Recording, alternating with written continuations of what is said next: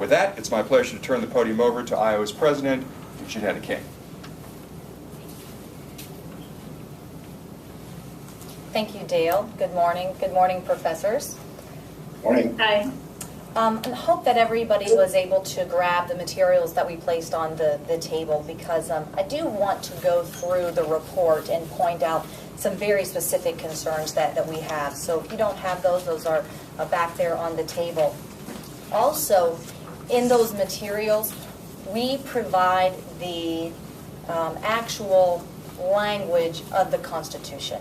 And as Dale said, a lot of folks don't have that readily available. They aren't familiar with it. And so we put that specifically in the back of our report so we could talk about and call attention to what this constitutional amendment actually says and actually does, as opposed to taking someone else's word for that. There's a lot of debate around how this amendment will affect the Affordable Care Act, and that's primarily what we've heard about in the Issue 3 discussion.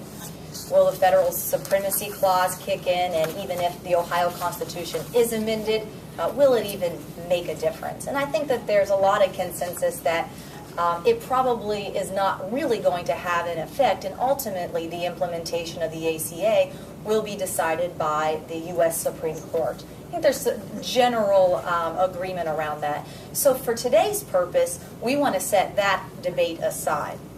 And we want to talk about, regardless of what the U.S. Supreme Court says about the ACA, regardless of anything else, this is symbolic or not, it is going to have real consequences on Ohio laws and rules.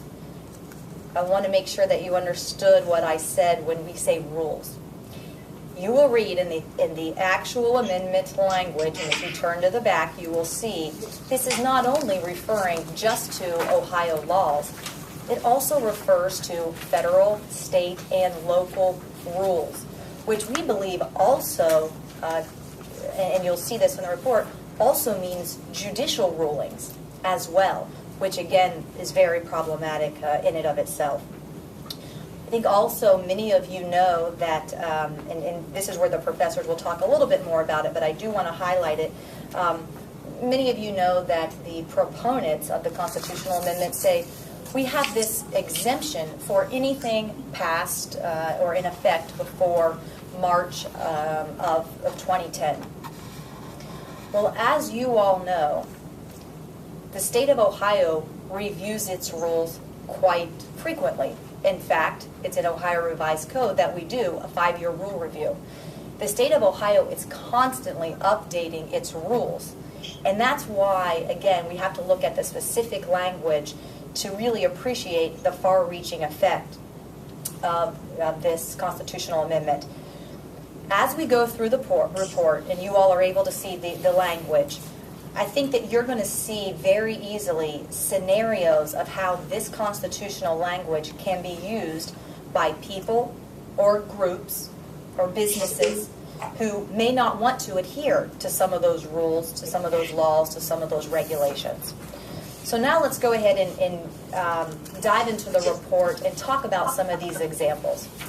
This is by no means an exhaustive list. There are actually things I can think of standing here today that are not on the list that probably should be. But what we wanted to do is to begin this conversation with this analysis and highlight a few of those unintended consequences. So if you turn to page 2 of the report, you'll see the first section regards the compulsory participation in a healthcare system. Because this constitutional amendment is very short, I'm actually going to read some of the language so we can see what we're dealing with here. So on the compulsory participation in a healthcare system, the language reads that no federal, state, or local law or rule shall compel directly or indirectly any person, employer, or healthcare provider to participate in a healthcare system. Important definition in the constitutional language. Healthcare system means a public or private entity or program whose function or purpose includes the management of, processing of, enrollment of individuals for, or payment for, in full or in part, healthcare services, healthcare data, or healthcare information for its participants. So we have some very broad language here. And as you look at some of the examples of underneath the compelling, again, I think you're going to see how this gets us into some trouble. Workers' compensation. As you all know, we have workers' compensation laws in place. The proponents of this constitutional amendment will say, no, that's taken care of by the exception, right? Because it's a law that's already enforced. However, we have two specific points on that. One, there are a host of rules that are updated quite frequently to enforce that BWC law. So any rule that would be updated after the exception clause in March 2010 could certainly be used then, the constitutional language could certainly be used to say that those rules are in fact unconstitutional. Because as you know, BWC is a mandatory healthcare system. Also, if there were going to be changes in the future to BWC, including changes in law, for example, we've heard a lot about BWC privatization. Again, that law would be in effect after the March 2010 exception clause. So I think that causes some problems right there with a very significant program in the state of Ohio. I'm not going to go through every single bullet. You all can read those on your own, and if you have questions, we're certainly willing to take those in the question and answer portion. But I do want to skip down next to the child support enforcement orders. As you all know, courts, they rule on child enforcement, and specifically they rule sometimes that parents have to purchase health insurance for their children subject to a child support order. Well, that's going to be very difficult to enforce now because we have, again, in the state's constitution, a provision that says we can no longer compel someone to participate in a healthcare system. That's defined very, very broadly. The other example I'd like to highlight from this section is the college coverage requirements. As you know, state university rules mandate that students enrolled at least half-time must purchase health care insurance as a condition of attendance.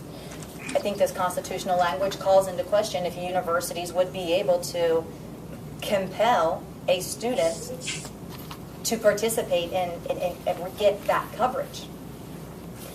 Also, because of that very broad definition that we talked about earlier of what defines the healthcare system we're talking about, because it includes healthcare data and healthcare information, there are a number of reporting requirements that state law and state rule require that would fall under this section. For example, disease tracking. I think all of us would support the mandatory reporting, as today's law and rules say we need to do, of infectious diseases, smallpox, influenza, HIV. Healthcare providers today have to collect that information and they have to report it. That's something that is enforced by the state.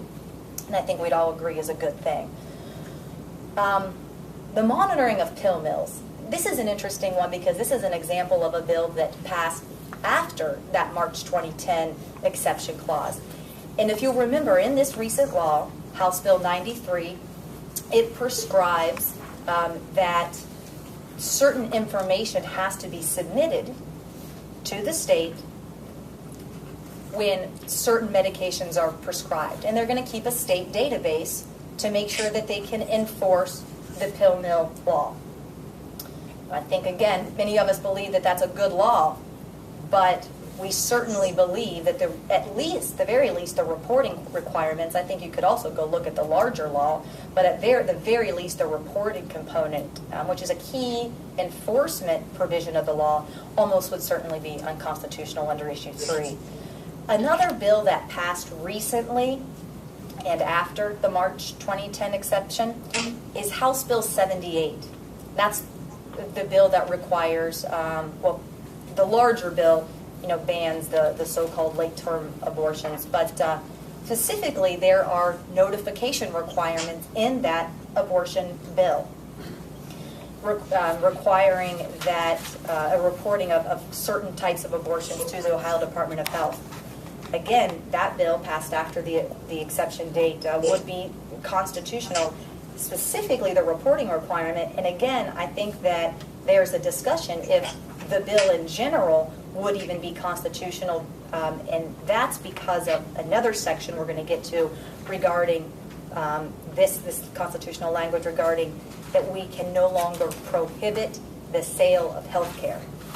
So put that one on the back burner for now, and I think that the professors may talk about the exceptions of wrongdoing also being a problem when you look at this abortion bill. So more on that. Another interesting thing that we looked at is the local levies that are passed to fund healthcare systems.